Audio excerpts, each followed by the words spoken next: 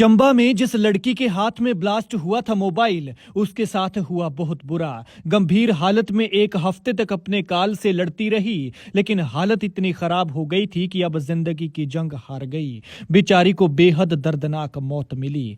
थक हार कर वो मोबाइल चलाने ही लगी थी। चार्जिंग से हटाकर रिश्तेदार से बात करना ही शुरू किया था कि तभी मौत बनकर बैठा ये मोबाइल अचानक ब्लास्ट हो गया।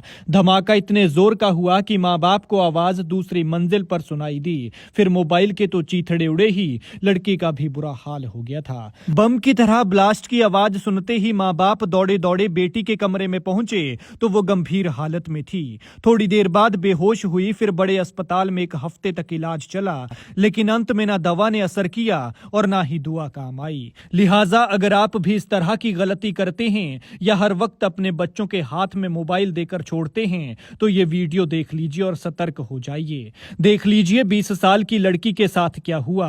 लाडली बेटी के इस तरह से चले जाने से परिवार का बुरा हाल है और माँ बाप बेहाल है, क्योंकि नौजवान बेटी ऐसे चली गई जैसे अरबी के पत्ते से पानी उतरता है। किसी ने सोचा भी नहीं होगा कि जिस फोन से वो अपनों से हंस हंस कर बात करती है वही उसकी जान ले लेगा।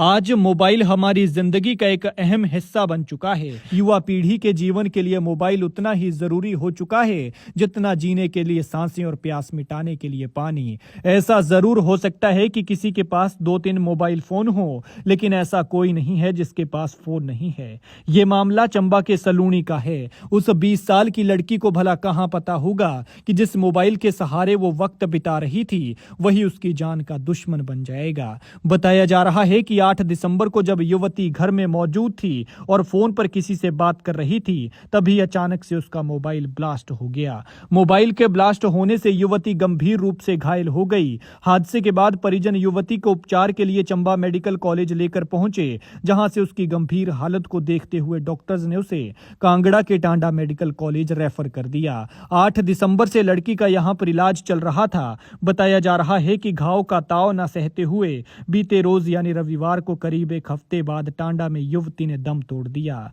युवती की मौत से उसके परिजनों को गहरा सदमा लगा है। वहीं बेटी के बचने की उम्मीदें भी खत्म हो गई हैं। युवती की मौत की सूचना मिलते ही police team Tanda medical college पहुंची और शव को कब्जे में लेकर मामला दर्ज कर आगे की जांच शुरू की। साथ ही शव का पोस्टमार्टम करवाकर परिजनों को सौंप दिया। लेकिन जिस दिन यह हादसा हुआ था उस दिन यह जानकारी सामने आई थी कि मोबाइल पुराना था और इससे वो चार्जिंग के दौरान गर्म हो जाता था। लेकिन इस बार जैसे ही चार्जिंग के दौरान उस बेटी ने मोबाइल चलाना शुरू किया तो वैसे ही ये ब्लास्ट हो गया। पुलिस के मुताबिक मोबाइल ब्लास्ट होने से लड़की गंभीर रूप से घायल हो गई थी और बयान देने की हालत में भी नहीं थी, जिसके चलते इस बात का खुलासा नहीं हो पाया है कि युवती का मोबाइल कब और कैसे फटा था। क्या युवती का मोबाइल चार्जिंग पर लगा था या फिर कुछ और कारण था। पुलिस ने टांडा मेडिकल कॉलेज में पोस्टमार्टम के बाद शव परिजनों को सौंप दिया है। लिहाजा इस तरह के हादसों से सबक लें और अपनी सुरक्षा का ख्याल रखें।